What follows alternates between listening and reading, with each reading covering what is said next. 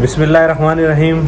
मैंने 2 दिन पहले वैक्सीन लगवाई थी, तो 1 दिन के लिए मुझे फ़ीवर हुआ। तो मैं आप लोगों से अपना एक्सपीरियंस शेयर करना चाहता हूँ कि अगर आपको बुखार और सर में दर्द हो तो आप पैनाडोल मेडिसिन लें और ठंडे पानी से शावर लें। आपको काफ़ी जो है ना बेहतर फ़ील होगा।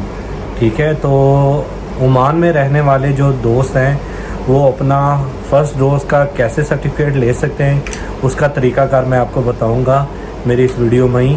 और वैक्सीन लगवाना बहुत ज़रूरी है। आने वाले वक्त में जिन लोगों को वैक्सीन लगी होगी वही सफ़र कर सकेंगे।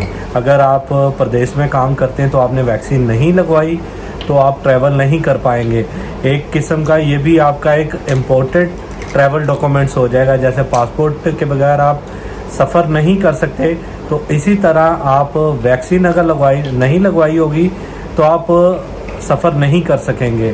तो आप वैक्सीन लगवाएं, कोई भी वैक्सीन है आप लगवाएं। गल्फ़ के लिए जो अभी वैक्सीन बताई जा रही है वो एस्ट्राजेनिक और फाइज़र की जो मंजूरी है। बाकी आप देखें कौन सी आपकी कंट्री में अवेलेबल है, आप वो वैक्सीन लगवाएं और अपनी फैमिली को बचाएं इस महलक बीमारी से।